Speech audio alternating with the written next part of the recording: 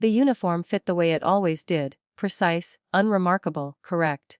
I stood in the hotel lobby beneath chandeliers that looked borrowed from another century, adjusting my cuffs with the same small economy of motion I used before inspections.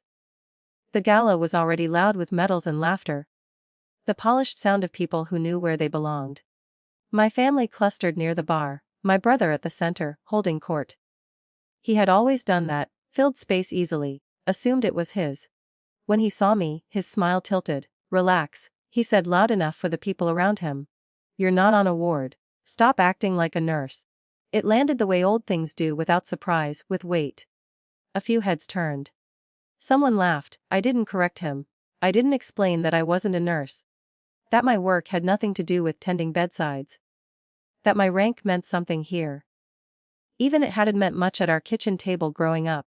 I let the remark pass through me and go nowhere. I could have left. I thought about it seriously. There's a dignity in withdrawal, when you know the room has already decided what it sees.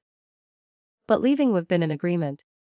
And I wasn't in the habit of signing those quietly anymore. I stayed. Across the ballroom, near the edge where the light thinned, and the music lost its shape. A young man sat alone. He was dressed carefully, too carefully, and held himself with the tense politeness of someone who has learned that attention is dangerous. A cane leaned against his chair. People navigated around him with practiced gentleness. The way you move around a fragile object you don't want to be responsible for breaking. I didn't know him. I didn't know his name. I did know the pattern. I had spent years watching capable people rendered invisible, because acknowledging them required effort or imagination. When the band shifted into something slow and uncertain, I found myself standing near his table without remembering the walk there. I asked him to dance the way you ask someone for directions, plainly with room for refusal. He looked startled. Then thoughtful. Then he nodded once, decisively, as if he'd made a choice he didn't want to overthink. On the floor, we were awkward in different ways. He moved carefully, measuring each step. I followed rather than led, adjusting my pace to his without announcing the adjustment. It wasn't elegant. It was deliberate. We spoke little. The music gave us enough structure to avoid filling the space with explanations.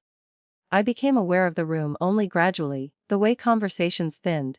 The way attention slid toward us, and didn't know what to do when it arrived. Some people smiled too brightly. Others looked away. My brother watched with a smirk that suggested he believed I was making a mistake for him. At the edge of the floor, a man stood very still. His posture was unmistakable. 4 stars sat on his shoulders like a statement. He wasn't smiling, he wasn't fawning.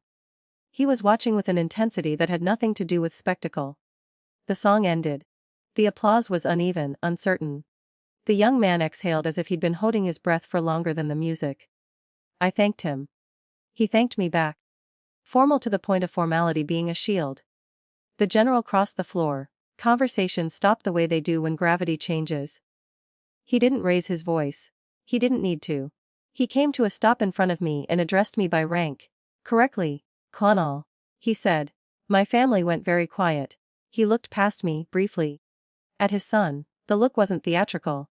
It was private, breaking through something practiced. Then he returned his attention to me. "You've just saved my son's life," he said. Not emotionally, not as a flourish. As a fact he had just finished confirming. No one moved. No one laughed. The words didn't invite response. He explained briefly. Because this wasn't a confession and he didn't owe us one. His son had been withdrawing for months. Convinced his presence was an inconvenience. That his body had made him a problem to be managed rather than a person to be engaged. Tonight had been meant as a gesture. It had felt like a test. What you did, the general said, was treat him as someone whose agency mattered, without pity, without performance.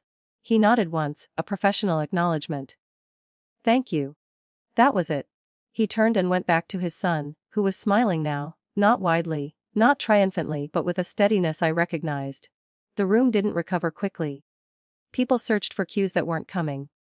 My brother stared at his glass as if it had betrayed him. Someone murmured my name and stopped. I didn't feel victorious. I felt aligned.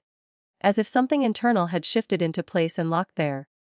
The humiliation I'd been offered earlier had missed its mark, because it had never been about me in the first place. It had been about smallness. and I had declined to participate. Later, my brother approached. He didn't apologize. He didn't joke. He looked uncertain in a way I hadn't seen since we were children, and the rules changed without warning. I didn't know. He said, finally. I know. I said. It wasn't absolution. It was accuracy. The night went down the way formal nights do, people collecting coats, gathering themselves back into their lives. The general passed me once more on his way out and inclined his time. No audience this time. I watched my family leave ahead of me, their conversation subdued, reorganizing itself around a reality they hadn't anticipated. I didn't follow immediately. I stood where the music had been, where the floor still held the memory of uneven steps that had mattered more than grace. There would be consequences, I knew. Not dramatic ones. Distance. Recalibration. Some relationships survive that. Some don't. I didn't chase either outcome. I left when I was ready, uniform still correct, posture unchanged. But something essential had settled. Quiet, undeniable. Not power taken from anyone. Power exercised once without permission.